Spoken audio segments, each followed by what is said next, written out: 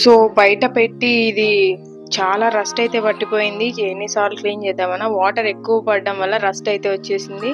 So పడేద్దాంలే అనుకుంటే ఉల్లిపాయలు KG మాత్రమే వస్తాయి, ఇంకేం రావు. సో ఏమి ఇంట్లో ఉన్న దాంతోనే కొంచెం అయితే ఇది ఐడియా వచ్చి క్లీన్ చేసేసి ఆయిల్ పెయింట్ అయితే అప్లై చేసుకుంటున్నాను నేను. చూసారా అంత కొత్తగా అయిపోతుంది.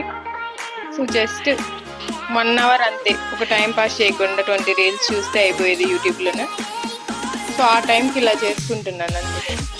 సో ఖాళీగా ఉండాలంటే నాకు చాలా బోర్ అవుతుంది అంతే. 1 అవర్ స్పెండ్ చేస్తే మనకి ఎంత శాలరీ వస్తుందో అంతతో కొనుక్కోవచ్చు ఇది. అదే టైం నేను సాటిస్ఫాక్షన్గా చేస్తున్నా సో ఇంట్లో ఉన్న థింగ్స్తోనే.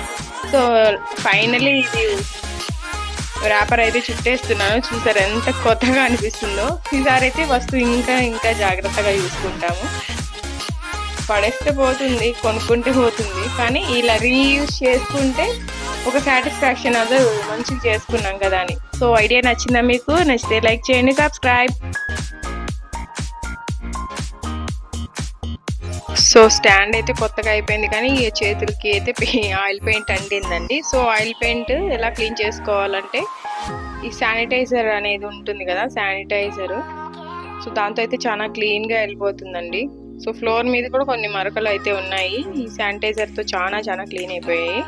హ్యాండ్ శానిటైజర్ చూసారా, మరకలు అన్నీ వెళ్ళిపోయాయి. నేను నార్మల్ 2 times అలాగా డెటాల్తో అయితే వాష్ చేస్తాను నేను.